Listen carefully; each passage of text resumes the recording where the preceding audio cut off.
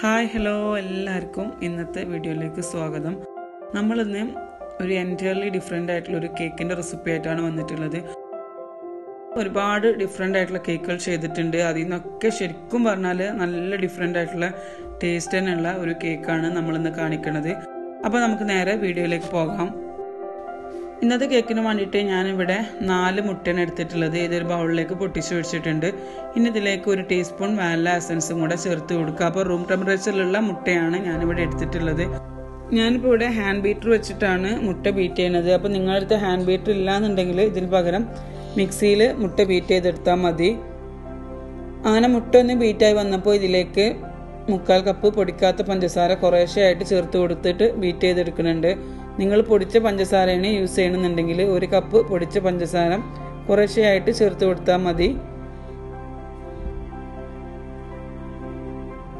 ഇനി ഇതിലേക്ക് 1/4 cup sunflower oil കുറച്ച് ചേർത്ത് കൊടുക്കുക. അപ്പം ഓയിൽ ചേർക്കുമ്പോൾ ലോ സ്പീഡിലേക്ക് മാറ്റിയിട്ട് ചെറുതായിട്ടൊന്ന് ബീറ്റ് ചെയ്ത് കൊടുക്കുക. ഇത്രയും മതിയാവും. ഇനി നമ്മൾ ബീറ്റർ മാറ്റി വെക്കുക. ബീറ്ററിൻ്റെ ആവശ്യം കഴിഞ്ഞിട്ടുണ്ട്. നമ്മൾ ബീറ്റർ വെച്ചിട്ട് ചെയ്യുമ്പോൾ മുട്ട ഇതുപോലെ നല്ല ഫ്ലഫി ആയിട്ട് തന്നെ കിട്ടും. അതുകൊണ്ടാണ് ഞാൻ മിക്സിക്ക് പകരം ബീറ്റർ യൂസ് ചെയ്തിട്ടുള്ളത്. ഇനി ഇതിലേക്ക് ഒരു അരിപ്പയിലൂടെ 1 കപ്പ് മൈദ ചേർത്ത് കൊടുക്കുക. കൂടെ തന്നെ ഒരു 1/4 ടീസ്പൂൺ ഉപ്പും കൂടെ ചേർത്ത് കൊടുക്കുന്നുണ്ട്. എന്നിട്ട് കുറേശ്ശെയായിട്ട് അരിച്ചിട്ട് ഫോൾഡ് ചെയ്തെടുക്കുക. നമ്മളിതിൽ നേരത്തെ തന്നെ ഡ്രൈ ഇൻഗ്രീഡിയൻസ് അരിച്ച് റെഡിയാക്കിയൊന്നും വെച്ചിട്ടുണ്ടായിരുന്നില്ല. ഡയറക്റ്റായിട്ട് മുട്ടേൻ്റെ മിക്സിയിലേക്ക് അരിച്ചിട്ട് ചേർത്ത് കൊടുക്കുകയാണ് ചെയ്യുന്നത്. പിന്നെ ഇതിൽ ബേക്കിംഗ് പൗഡറൊന്നും യൂസ് ചെയ്യണില്ല. ഇങ്ങനെ ചെയ്താൽ തന്നെ മതിയാവും. മൈദ ഒരുമിച്ച് ചേർക്കാതെ കുറേശ്ശെയായിട്ട് ഞാൻ ചെയ്യണ പോലെ ചേർത്ത് കൊടുത്തിട്ട് മിക്സാക്കി എടുത്താൽ മതി.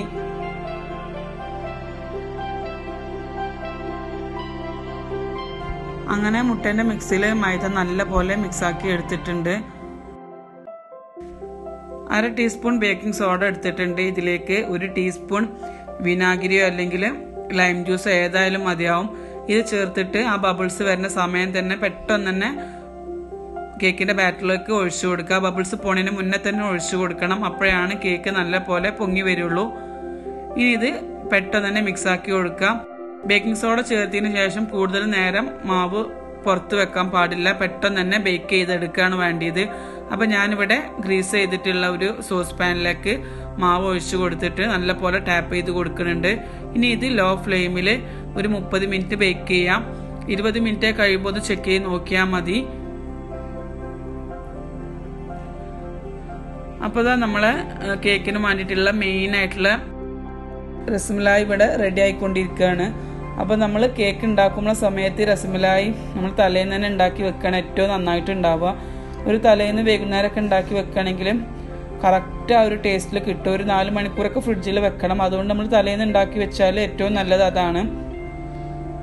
ഇതിൻ്റെ വീഡിയോ ഞാൻ സെപ്പറേറ്റ് ചെയ്യാമെന്ന് വിചാരിച്ചു. കാരണം നമ്മൾ ഇതിൻ്റെ വീഡിയോയും കൂടെ ഇതിൽ ഇൻക്ലൂഡ് ചെയ്യുമ്പോൾ ഒരുപാട് ലെങ്ത് ആയിട്ട് തോന്നിയിട്ടുണ്ടായിരുന്നു. അതുകൊണ്ട് ഞാനിത് കട്ട് ചെയ്തിട്ട് സെപ്പറേറ്റ് ഡീറ്റെയിൽ ആയിട്ടുള്ളൊരു വീഡിയോ ചെയ്യുന്നുണ്ട്.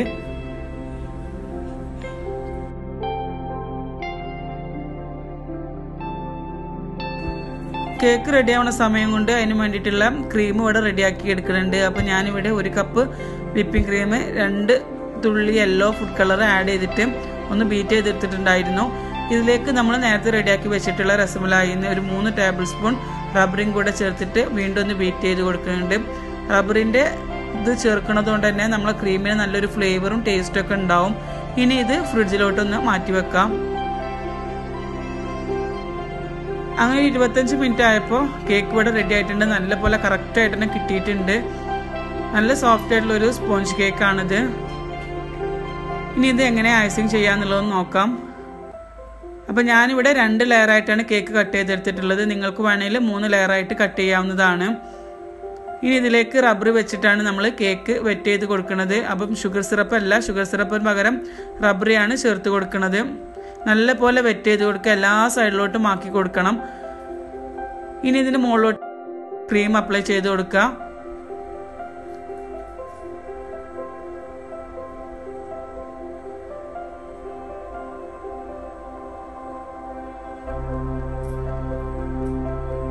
നമ്മൾ നേരത്തെ റെഡിയാക്കി വെച്ചിട്ടുള്ള രസമലായി ഒന്ന് ക്രഷ് ചെയ്തെടുത്തിട്ടുണ്ട്. ഇനി ഇതിന് ഫില്ലിംഗ് ആയിട്ട് ഫുള്ളായിട്ട് രസമലായി ഇട്ട് കൊടുക്കുക. എല്ലാ സൈഡിലോട്ടും ഒരേപോലെ തന്നെ നിങ്ങൾക്ക് ഇഷ്ടമുള്ള അത്രയും ചേർത്ത് കൊടുത്തോളൂ. നല്ലൊരു ടേസ്റ്റ് തന്നെയാണ്. അപ്പം ഞാൻ ആവശ്യത്തിനുള്ള രസമലായി ഇവിടെ ചേർത്ത് കൊടുത്തിട്ടുണ്ട്. ഇനി സെക്കൻഡ് ലെയർ കേക്കും കൂടെ വെച്ച് കൊടുത്തിട്ട് നല്ല പോലെ വെറ്റ് ചെയ്ത് കൊടുക്കുന്നുണ്ട്. എല്ലായിടത്തോട്ടും ഒരേപോലെ തന്നെ ആക്കി കൊടുക്കുക. അപ്പോഴാണ് കറക്റ്റായിട്ട് കേക്ക് സോഫ്റ്റ് ആയിട്ട് കിട്ടുള്ളൂ. ഇനി ഇതിൻ്റെ മുകളിലോട്ട് ക്രീം ആക്കിയിട്ട് ഫുള്ളായിട്ടൊന്ന് ഐസിങ് ചെയ്തെടുക്കാം. നമ്മളിതിലും റബ്ബർ ചേർത്ത് കൊടുത്തതുകൊണ്ടാണ് ഇതിലിങ്ങനെ ഓരോ തരിയായിട്ട് ഇങ്ങനെ കാണുന്നതല്ലാതെ കേക്കിൻ്റെ ക്രംസ് ഒന്നും കൂടിയതല്ല. അപ്പം നിങ്ങൾക്കിത് ഇങ്ങനെ കാണുമ്പോൾ വൃത്തിയില്ല അങ്ങനെ ഒരു ഫീലിംഗ് ഉണ്ടെന്നുണ്ടെങ്കിൽ ഇതിന് മുകളിൽ നിങ്ങൾക്ക് റബ്ബർ ചേർക്കാത്ത പ്ലെയിൻ ആയിട്ടുള്ള ഐസിങ്ങും ചെയ്യാവുന്നതാണ്. ഞാനിപ്പോൾ ഇങ്ങനെയാണ് ചെയ്തെടുത്തിട്ടുള്ളത്. ഇതിന് മുകളിലോട്ട് ബാക്കി കുറച്ചും കൂടെ ക്രീം വെച്ചിട്ട് ഒന്ന് ഡിസൈൻ ചെയ്തെടുക്കുക. നിങ്ങൾക്ക് ഇഷ്ടമുള്ള പോലെയൊക്കെ ഡിസൈൻ ചെയ്യാം. ഞാനിപ്പോൾ എൻ്റെ അടുത്ത് ക്രീം കുറച്ച് കുറവായിരുന്നു, അപ്പം അതിനനുസരിച്ചിട്ടുള്ളൊരു ഡിസൈനിങ് ആണ് കൊടുക്കുന്നത്. ഇനി ഇതിന് മുകളിലോട്ട് നമ്മൾ നേരത്തെ